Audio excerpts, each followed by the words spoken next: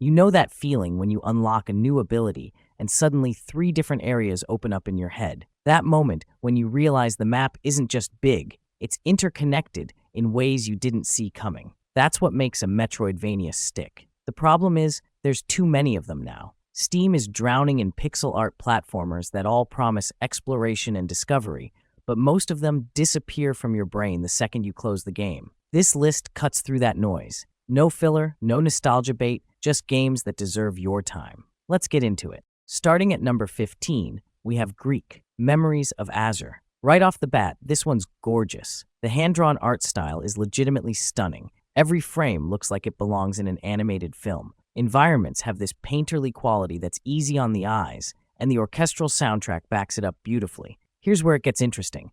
You control 3 siblings simultaneously, switching between them to solve puzzles and navigate. Each character has unique abilities. Greak's nimble, Adara can float and cast magic, and Raydel's your heavy hitter with a shield. The gimmick works when puzzles click, but in combat, it falls apart. Enemies don't pause when you're juggling characters, and the AI companions are borderline useless. Exploration clocks in around 8 to 10 hours, which is smaller than you'd expect. Difficulty spikes inconsistently. Some sections are breezy, others frustratingly cheap. Combat lacks weight, and boss fights don't have that one more try pull. It's a decent entry point if you're new to Metroidvanias and want something beautiful to look at, but veterans will find it shallow. It's on the list because it does enough right, but it doesn't stick the landing where it counts.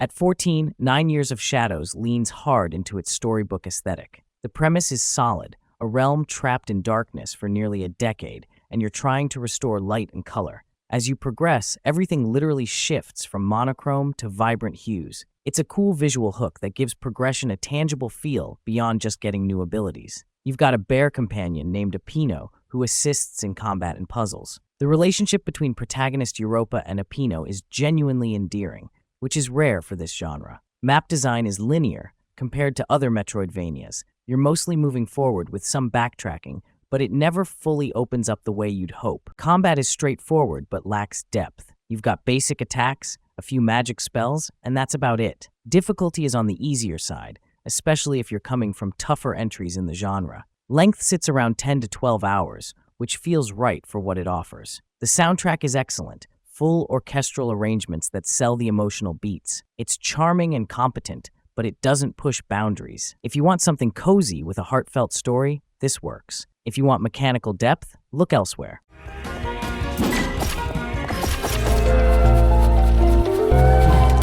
Crypt Custodian is weird, and I mean that as a compliment. You play as Pluto, a cat who's been banished to the afterlife, and now has to clean up the underworld as a janitor. The premise is absurd, the tone is lighthearted, and it commits fully to both. The art style is clean and cartoony, with a pastel color palette that makes everything feel oddly welcoming for a game about death. Areas are broken into themed zones, each with distinct visual identity and environmental puzzles. You're not just fighting enemies, you're literally sweeping up the afterlife, and that translates into mechanics. Your broom is your weapon and your tool. Combat is simple but satisfying enough, with a focus on timing and positioning rather than complex combos. Difficulty is mild. This isn't trying to punish you. Where it shines is personality. NPCs are quirky, dialogue is genuinely funny, and the whole game has this indie darling energy without feeling derivative. Length is on the shorter side, around 6 to 8 hours, but it doesn't overstay its welcome. The problem: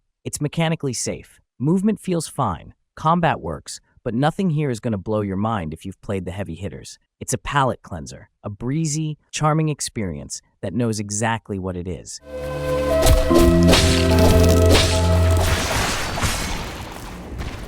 Ultros is a trip.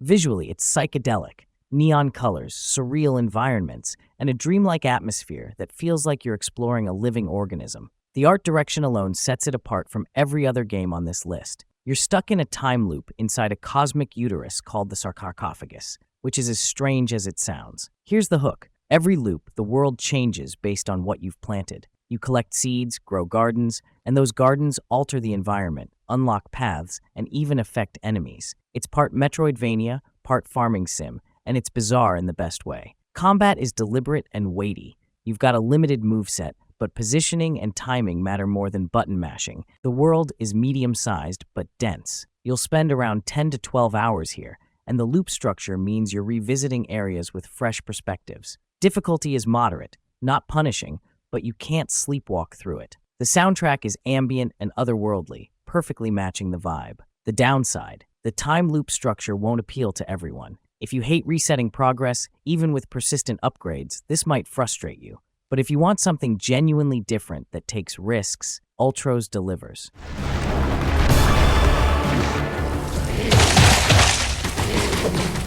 Song wears its Metroid influence on its sleeve, and that's not a bad thing. You're exploring a desolate moon called Lorien, and the atmosphere is oppressive in the best way. Dark, lonely, and melancholic. This is isolation done right. The pixel art is detailed, with environments that feel genuinely alien. Lighting and particle effects add a layer of polish that elevates the presentation. Combat is methodical. You've got ranged weapons and a melee option, but ammo management and cooldowns force you to think tactically. Button mashing gets you killed. Boss fights are challenging, requiring pattern recognition and adaptation. The difficulty curve is steep but fair. You'll die, but it'll feel like your fault, not the game's. Everything is interconnected with plenty of secrets tucked into corners. Exploration rewards curiosity, and upgrades feel meaningful. Length sits around 12 to 15 hours, depending on how thorough you are. The story is cryptic, told through environmental storytelling and fragmented dialogue. If you need everything spelled out, you'll be frustrated. If you like piecing things together, it's compelling.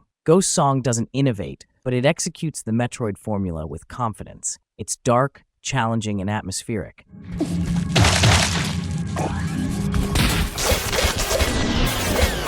Gestalt surprised me. On the surface, it looks like another pixel art Metroidvania, but the combat system has real depth. You've got a skill tree with branching paths, multiple weapon types, and combos that actually matter. Fights feel dynamic. You can juggle enemies, launch them, and chain attacks in ways that make you feel skilled, not lucky. Maps are split between industrial steampunk cities and natural environments. The contrast works, and each area feels distinct. The pixel art is crisp, with smooth animations that make movement and combat feel fluid. You'll spend around 12 to 15 hours here, and the pacing is tight. No bloat, no filler. Difficulty is adjustable, but even on normal, you'll need to engage with the systems. Bosses have multiple phases and require you to use your full toolkit. The progression feels rewarding because new abilities genuinely change how you approach encounters, not just gate progress. The story involves political intrigue and rebellion, and while it's not groundbreaking, it's delivered well enough to keep you invested. Where Gestalt stands out is polish. Everything feels intentional. Movement has weight,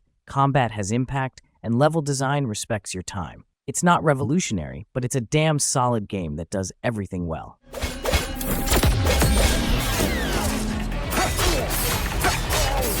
Tales of Kenzera is built on grief. You're Zhao, a young shaman who strikes a deal with the god of death to bring back his father. The premise is emotionally heavy, and the game commits to it. The setting is inspired by Bantu mythology and Afrofuturism, which is refreshingly rare in games. Visually, it's vibrant. Lush environments that blend natural landscapes with fantastical elements, all backed by a gorgeous Afro-inspired score. Combat revolves around two masks, Sun and Moon. The Sun mask gives you aggressive melee combos, while the Moon mask offers ranged attacks and defensive options. Switching between them mid-fight keeps encounters dynamic, and boss fights demand you master both styles. Difficulty is moderate, but the game never feels cheap. Movement is fluid. Dashing, double jumping, and wall bouncing all feel responsive and tight. Structure is more linear than traditional Metroidvanias. You're guided through environments with some optional detours, but it doesn't have that full, open-ended exploration. Length clocks in around 8 to 10 hours, which is short but intentional. The pacing is tight and nothing drags. The story is delivered through voice acting, all of it excellent, and the relationship between Zhao and the God of Death is genuinely compelling. Tales of Kenzera won't challenge genre veterans mechanically, but its emotional weight and cultural grounding make it stand out.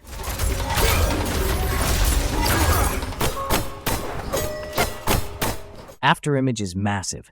Maps are sprawling, with dozens of interconnected areas, each with unique biomes and visual themes. The hand-drawn art is gorgeous, detailed backgrounds, smooth character animations, and a color palette that shifts dramatically between regions. Visually, it's one of the most impressive games on this list. Combat is fast and combo-heavy. You've got multiple weapon types, skill trees, and a magic system that lets you chain abilities. Fights feel dynamic, and boss encounters are epic in scale. Difficulty is moderate to high. You can adjust it, but even on normal, bosses will test you. The progression system is deep, with plenty of room for builds and experimentation. Here's the catch. The game is long. You're looking at 25 to 30 hours for a full playthrough, and that's without hitting every secret. Some players will love the depth, others will feel the pacing sag in the back half. Size is so extensive that backtracking can become tedious without fast travel, though limited warp points exist. The story involves lost memories and a realm on the brink of collapse. It's told through cutscenes and dialogue,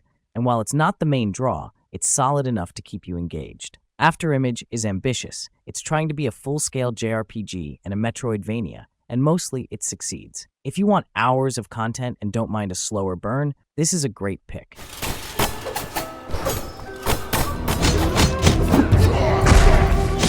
Eastern Exorcist is a visual masterpiece. The hand-painted art style is stunning.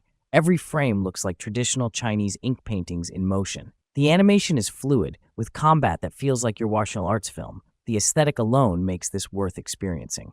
Combat is the star here. It's combo-based, with multiple stances, parries, and executions. Fights are fast and brutal, with a focus on timing and aggression. You're rewarded for playing stylishly, chaining attacks, perfect dodges, and finishers that are as satisfying as they are visceral. Boss fights are intense, with attack patterns that demand focus and adaptation. Structure is more linear than most Metroidvanias. You're progressing through stages with some backtracking, but it's not a fully open map. That said, each area is dense with secrets, collectibles, and optional challenges. Length is around 10 to 12 hours, which feels right for the pacing. Difficulty is high. This isn't a casual experience. You'll die, and you'll need to learn. The story involves hunting demons and exorcising evil spirits. It's dark, grounded in Chinese folklore, and delivered with a serious tone. If you're tired of cutesy or whimsical Metroidvanias, this offers a refreshing change. Eastern Exorcist is all about style and skill.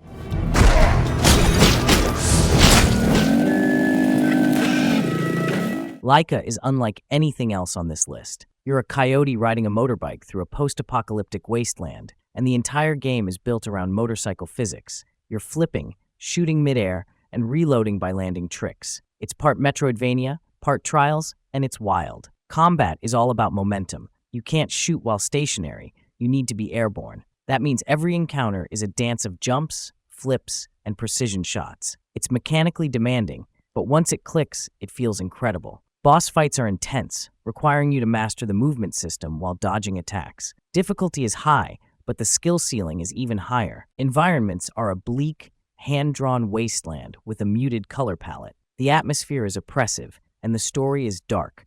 Generational trauma, colonialism, and survival. It's heavy, and the game doesn't shy away from it. Length is around 10 to 12 hours, but the challenge makes it feel longer. Laika is not for everyone. If you can't get comfortable with the motorcycle controls, you'll bounce off hard. But if you're willing to learn, this is one of the most unique and rewarding experiences in the genre. It's bold, it's different, and it respects your intelligence.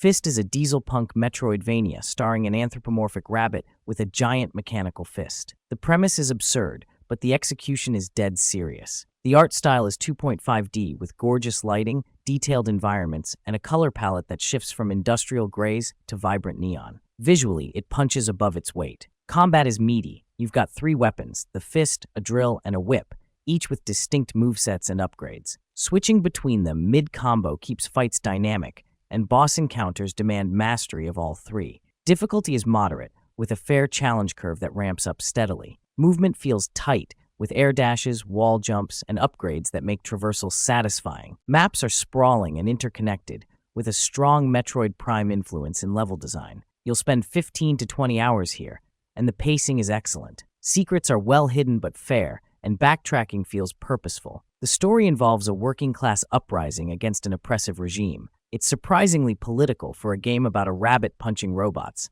and it's delivered with genuine weight. F.I.S.T is polished, confident, and mechanically satisfying. It doesn't reinvent the genre, but it executes the formula with style and substance.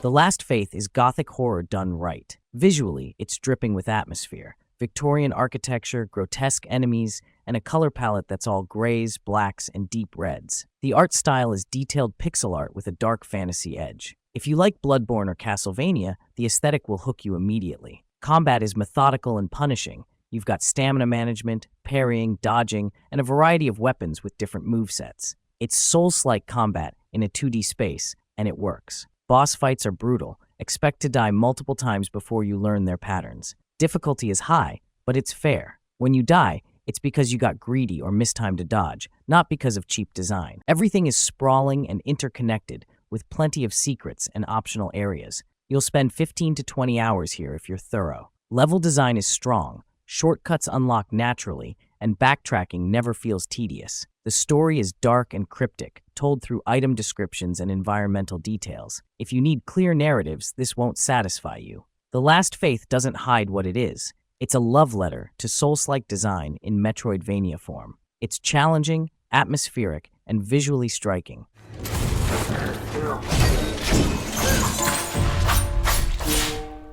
Ender Lilies and Ender Magnolia deserve to be discussed together. Ender Lilies set the blueprint, a somber, rain-soaked kingdom destroyed by corruption, told through watercolor art and hauntingly beautiful piano-driven music. Ender Magnolia took that foundation and refined it. Both games nail atmosphere. They're melancholic, oppressive, and emotionally resonant in ways most Metroidvanias don't even attempt. Combat in both revolves around summoning spirits to fight alongside you. Each spirit has unique abilities, and you can mix and match them into loadouts that fit your playstyle. Boss fights are challenging but fair, demanding pattern recognition and strategic thinking. Difficulty leans higher than average, but deaths feel earned. Movement is precise, and traversal upgrades feel meaningful. Both games feature interconnected maps with plenty of secrets and optional content. You'll spend 15 to 20 hours in each if you're thorough. Level design is strong, shortcuts unlock naturally, and backtracking is minimized through smart layouts. The stories are cryptic, told through environmental storytelling and item descriptions.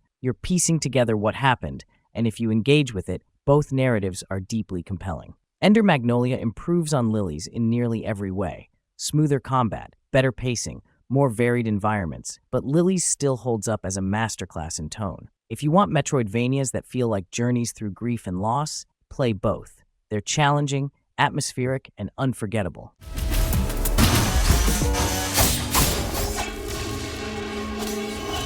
Death's Gambit, Afterlife, is the definitive version of a game that was already great. Environments are dark fantasy, medieval kingdoms, undead armies, and gods that don't care about you. The pixel art is detailed, with areas that shift from gothic castles to surreal dreamscapes. The art direction is bold, and everything feels alive despite being about death. Combat is brutal and methodical. You've got stamina management, weapon classes with unique movesets, and a parry system that rewards precision. Boss fights are some of the toughest in the genre, multi-phase encounters that demand mastery of your toolkit. Difficulty is high, but it's fair. When you win, you earned it. Maps are sprawling, with multiple routes and branching paths. You'll spend 20 to 25 hours here, and the game respects your time. No filler, no bloat. The story is philosophical, dealing with themes of mortality, duty, and choice. It's told through dialogue and environmental storytelling, and it's genuinely thought-provoking. Death's Gambit, Afterlife is challenging, ambitious, and rewarding. It's a love letter to Dark Souls and Castlevania, and it earns its place among the best.